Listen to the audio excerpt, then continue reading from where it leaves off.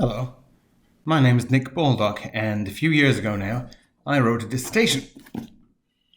This dissertation, in fact, called The Religious Imagination in British Popular Fiction and Society 1900 to 1945, which, as my sister said at the time, meant a lot of reading Agatha Christie and getting to call it work.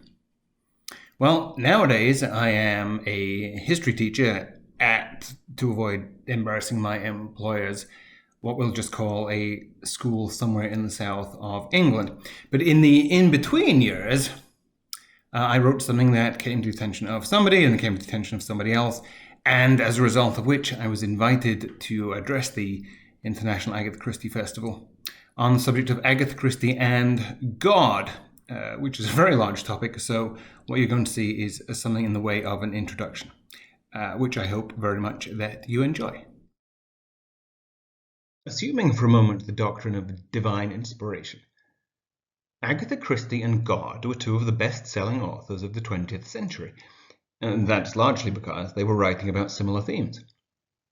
Those of you familiar with the works of Agatha Christie, which must surely be most of you, will have been anticipating and eagerly recognized the quotation on the slide, which occurs frequently throughout her works. "Take what you want and pay for it," says God. An entirely orthodox and sound statement of a religious perspective on human existence. Now the question is the extent to which that was foundational in her works, or, rather like the quotation from The Mystery of the Blue Train, mere affectation. Is it serious or essentially superficial? After all, it is not as though Christie did not recognize the objections to the genre, as expressed through her alter ego, Ariadne Oliver. "Say what you like, it's not natural for 5 or 6 people to be on the spot when B is murdered and all have a motive for killing B." In other words, there is no space for the transcendent in the genre.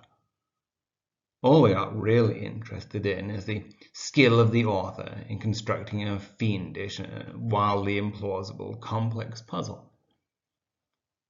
The genre, effectively, is unrealistic, shallow, and, what's more, snobbish. And while there are many clergy scattered throughout Christie's works, some of whom, again, you'll have been anticipating, Reverend Babington, Reverend Clement, Reverend Calthrop, who had no taste for fornication, they are merely sketching a vague Church of England blessing. They are essentially part of the scenery.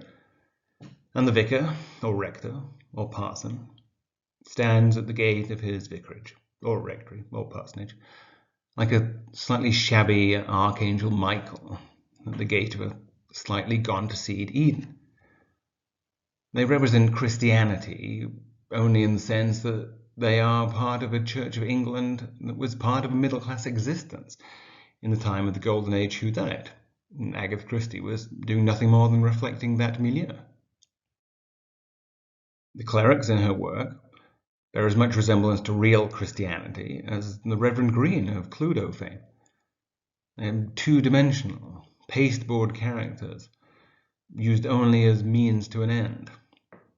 Indeed, in her autobiography, Christie herself acknowledged that when she began to write, she was writing the old everyman morality tale, the hunting down of evil and the triumph of good. W. H. Auden was among the first to recognize the mythic qualities of the genre. He regarded it as an attempt at restoration to a pre-lapsarian state. Once evil had been identified, innocence was restored, a return to what he called the great good place. To raise an objection to the objections, the formal limitations of the genre should not be mistaken for conceptual limitations. The detective novel requires a certain detachment, reticence, ambiguity about motivation and character. In other words, these are the parameters within which the authors operate. But, as Christie's recent biographer Laura Thompson notes, Christie's books take life extremely seriously and are innately virtuous. They are, in other words, not merely puzzles. Now, given the greater freedom, this can be more obviously seen in the Mary Westmacott novels, particularly The Rose and the Yew Tree, and Absent in the Spring, in which Joan Scudamore experiences the fear of the vast empty spaces where man is alone, except for God.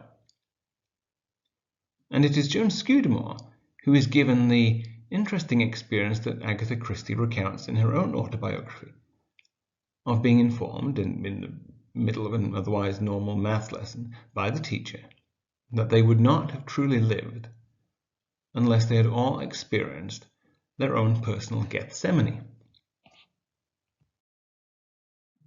And to raise another objection to the critics, they don't take themselves seriously enough. Or rather, they take themselves seriously enough, but they don't take their theories sufficiently seriously to pursue them to a logical conclusion. The objection is that this is a closed community, the upper middle class, mayhem parva, as it has been famously, not to say notoriously, termed. Well, all right, but if we're to take this seriously, then mayhem parva is populated by people like us, by doctors, by lawyers, by business executives. And they are all monsters. They lie and stab and poison their way through the pages. So it is not really the case with Auden that the restoration is to a great good place. It's a restoration to a deeply corrupt place.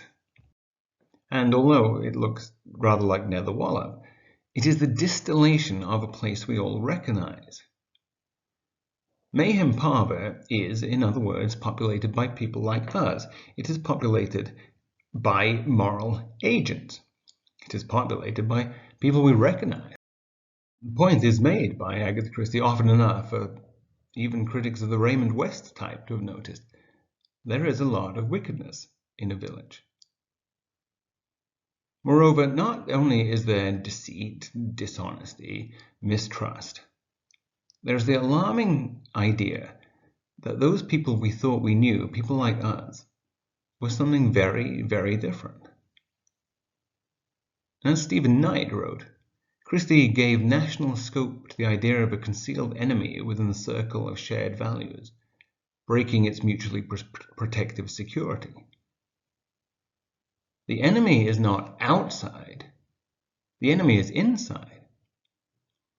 And as somebody invariably says in a whodunnit, but don't you see? It must be one of us. Therefore, and Parce Auden, there can be no restoration to the great good place, because this is a corrupted community. A community can only exist on bonds of trust and mutuality, and by definition, the community within a whodunnit, be it Mayhem Parva or wherever, has frayed those bonds through its own actions. For example, in The Body in the Library, Dolly Bantry expresses the desire that the mystery should be solved, if only for the sake of Arthur, who would be destroyed by the gossip surrounding the appearance of a platinum blonde in his library. In The Labors of Hercules, Hydra-headed gossip must be destroyed. Within this community, there is hypocrisy, which has to be recognized and dealt with. The whited sepulchres of the respectable middle-class community, the Pharisees, have to be identified. Sin has to be recognized. The corruption of the community, the deceit, leads inevitably to sin, and eventually the eruption of murder. To heal the community, the sin has to be, all sin has to be recognized, identified, expiated. The particular crime, the particular murder, yes, is resolved neatly at the end of the novel, but if we are to take these novels seriously, then there is deeply wounded community, populated by deeply wounded people, by moral agents, by, in other words, people like us. Which is, just as a sidebar, a notably Catholic paradigm, the idea of the repentant community. By contrast, I should say, with the contemporaneous thriller, which in its focus on the word to be interpreted and the role of the individual is a particularly Protestant genre. And when a community is particularly guilty, then you do get a closed community. The most closed community of all, one in which all are guilty and all are beyond repentance, which seems to me like a reasonably good definition of hell. That is, of course, the community in And Then There Were None, one of Christie's coldest, most precise studies in human venality. The religious underpinning becomes clear when one considers the nature of a community. For a community to forge those bonds of trust before even they can be corrupted, the community has to be working along the same guidelines, call them laws, call them conventions, call them what you will, but eventually they have to be underpinned by moral order. C.S. Lewis wrote, "The human mind can no more invent a new value than create a new primary color." Karl Rahner, noting that the world as a whole belongs to the supernatural order, and it is that order, the principles, the absolute principles that underlie community order, that make the deceit and eventually the crime and the sin all the more significant. It gives them, in other words, an import. So when Marxist critics criticize the whodunnit for being interested only in the maintenance of the established bourgeois order, they're getting hold of the wrong end of the stick. The social order, ideally, and certainly within the world of whodunit, reflects this divine supernatural order. As Bishop Charles Gore put it, moral evil is only lawlessness, the violation of divine law by the rebel will of man. This was neatly summarized by Robert Paul in his wonderful book, Whatever Happened to Sherlock Holmes. Christie's concern reveals itself essentially as a search for the spiritual foundations of Western society, a search of that ethical groundwork that makes justice possible, makes the concept of law viable, and underlines the social yearning for order. Society must have order, and that order must be founded on principles. If those are violated, then society will corrupt and potentially collapse. And the solution of the crime is usually the workings of human justice.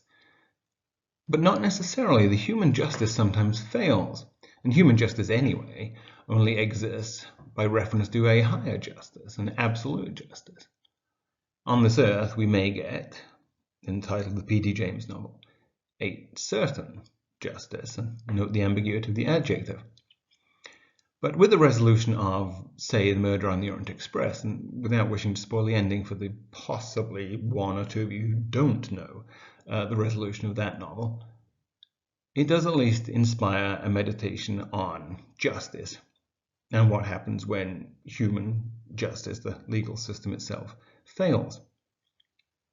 And this relation to the supernatural order Karl Rahner mentioned extends to the idea that life is ultimately relational. It is, in short, not your own. As Angus McWhirter is told in Towards Zero, there is a prescription on suicide because you never know. You might be of use simply by being there, not of your own volition, but being in the right place at the right time. A theme echoed in the short story The Man from the Sea. So, given that the whodunit is situated in a moral universe, it makes sense, as G.K. Chesterton thought, to ask the question, where in hell are we? As he noted, a Catholic doesn't live particularly in Millbrook or in England, but sub specie eternitatis. And the question always is, where in hell are we? Or where in heaven are we? Or where in purgatory are we? We live in that spaceless, timeless commonwealth, and the question is very important. Mayhem Parva can be situated in a particular time, particular place, in the same way that where we live can be situated in a particular time, particular place. But as Mayhem Parva is a fictional distillation of our world, so our world is a representation of the spaceless, timeless commonwealth. We are all occupying, in other words, the same moral universe. We recognize the characters in the book because we are operating in the same moral parameters. And if you'll permit a somewhat Chestertonian paradox, It is a sort of infinite closed community. The rules apply to everyone. And to borrow a sort of Charles Williams image, Mayhem Parva is a dim reflection of the communion of saints. It is as yet unredeemed, but Mayhem Parva, just like us, just like the communion of saints, have the same telos. We all know where we're going, or we all know perhaps where we ought to be going.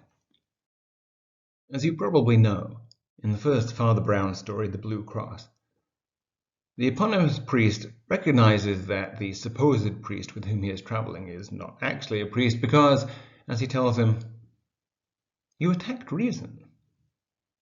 It's bad theology.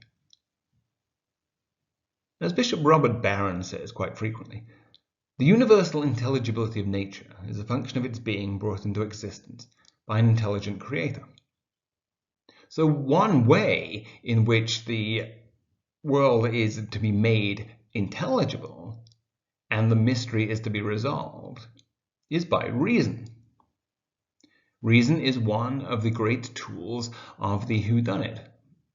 The detective uses reason, and reason is a gift from the creator to help understand his universe. This was famously made quite clear in the Decalogue of the Detection Club. Rule number 2. All supernatural or preternatural agencies are ruled out as a matter of course. The whodunit, indeed in some eyes, has been seen as the absolute pinnacle of Enlightenment reason. Sherlock Holmes refers to the idea that the universe could, in theory, be entirely predictable. But reason is only one arm of it, as we've already established. There has to be some kind of reasonable but moral principle, without which the ideas of guilt, innocence, and justice are essentially meaningless anyway. And within this universe, the detective, again in the rather Catholic genre, plays a somewhat hieratic role. Reason in pursuit of truth. Agatha Christie once received a letter from a Ruth Thomas of Newport, who suggested that the detective of fiction fills a shrine left vacant by a lost faith. And Poirot himself said Le bon Dieu created Hercule Poirot for the express purpose of interfering. The detective is an agent of God, bringing light where there was previously darkness, by the powers of God-given reason. The application of reason, or the play of reason, can at least unravel the puzzle. It can tell us, for example, why there was a scorch mark on Letitia Blacklock's table, why nobody would admit to taking a bath in the middle of the day, how you poison somebody with strychnine 6 weeks in advance. But reason explains how, and therefore of necessity leads us to ask why. The puzzle has been solved, but the puzzle only exists because of the element of free will, an entirely religious conception. As Viktor Frankl wrote, between stimulus and response there is a space. In that space is our power to choose our response. In our response lies our growth and our freedom. Or, to put it another way, take what you want and pay for it, says God. Now, this is where the moral and religious, and specifically Christian, foundations of the genre become clear. One pillar, reason; on the other, original sin. St. Thomas Aquinas on one hand, St. Augustine on the other. It is original sin that allows free will, that causes the deliberate choice of the immoral action. And it is reason that allows the agent of God, the detective, to uncover and explain what happened. Free will allows the choice of sin. 7 deadly sins, notoriously. And Janice Brown wrote a rather wonderful book called The 7 Deadly Sins, in the work of Dorothy L. Sayers, and the sins are everywhere in Agatha Christie, as one might expect. One could spend a reasonably entertaining evening coming up with your own examples, but here's a few of my own. Avarice. the body in the library. Envy, 5 little pigs, possibly Nemesis. Gluttony, more difficult, but the Leonides family, exploiting the black market in Crooked House, seems a reasonable example. Lust, well, take your pick, where would we be without it, in the whodunit sense, but the murder at the vicarage. Sloth, and then there were none. When the servants do not go for the doctor, but allow the death to occur. Wrath, the underdog. And pride. They do it with mirrors, clearly, but pride is worth spending some time on, because pride is always regarded as the worst of the sins. And pride is the worst of the sins because it is the sin of Lucifer himself. Better to reign in hell than serve in heaven. Rules, those which keep the community together, are for the little people. Think, for example, of 1, 2, buckle my shoe. As Christie wrote in Passenger to Frankfurt, an idealist is always dangerous, the possible destroyer of those who love him. A theme taken up in her greatly underrated play, The Verdict. And the book cover, Passenger to Frankfurt, not from an English language version, as you can see, is interesting because the figure in the middle, the great muscular figure, is so very similar to those figures found in the artwork of totalitarian regimes. And to have this belief in original sin requires the belief that fallen human nature, to coin a phrase, is very much the same everywhere. Christie is making a statement about human nature, evil and crime that is fundamentally much more radical than Raymond Chandler. Chandler excoriated the Golden Age whodunit for its lack of realism. He, as he saw it, was giving crime back to people who actually committed it. But as Chesterton said, what's interesting about that? The idea is that the serpent is within Eden. Any one of us could have done it. Christie had as baleful a view of the potential depravity of every man as the films of Alfred Hitchcock. Jane Marple, of course, had this view of human nature. She believed the worst and, as she said, was always likely to be proven right, which, as Christie recorded in her autobiography, was taken more or less directly from her own relatives. As Jane Marple said, having a mind like a sink is a very useful thing. It's hygienic. And Agatha Christie knew that if once you give way to evil, it is annexationist. It's simply not a matter of a decision here and a decision there. And this idea is repeated constantly throughout her works.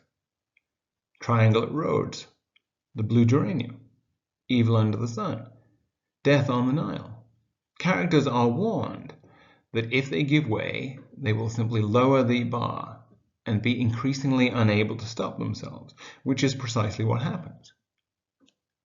It takes a great deal of moral strength to stop oneself before it's too late. The steps to hell, again. But fallen human nature being very much the same everywhere, there is always the possibility that one of us will be unable to act with enough restraint. In The Moving Finger, Limstock is described as being as peaceful as the Garden of Eden. And of course there is the reminder that within Eden there was a serpent. As the vicar's wife, Maud Calthrop, tells Jerry Barton, the world is a very wicked place. Do you know it? It's important that. There's a lot of wickedness about. One must be prepared to fight it. She appears again in The Pale Horse, an extraordinary story of evil. Evil is real, a living reality, accepted, brought into being, exemplified, exacerbated by those who are prepared to open themselves up. And Agatha Christie was well aware this did not apply simply to murderers. As was asked in Sparkling Cyanide, you know the people who always have a good and noble reason to mask their meaner actions? Such hypocrites to themselves that they go through to their life's end convinced that every mean and beastly action was done in the spirit of unselfishness. Now, we may not know any murderers as far as we know, but it seems very good odds that we all know somebody a bit like that. Raymond West. Clever man, very clever books. But clever young men know so little of life, don't you think? Jefferson Cope, in Appointment with Death, has ideals, based really on a deep instinct of laziness. To take human nature at its best, and the world as a pleasant place, is undoubtedly the easiest course in life. Jefferson Cope has, consequently, not the least idea what people really like. The wish fulfillment that people are basically good, that our impulses are basically benign, is, says Poirot in Appointment with Death, extraordinarily naive, and therefore extraordinarily dangerous. The idea is to be as wise as serpents and innocent as doves, not pretend that if everybody is very nice and everybody is simply acting from the best actions, that will make it so, or that you're a bad person for thinking that sin is a reality.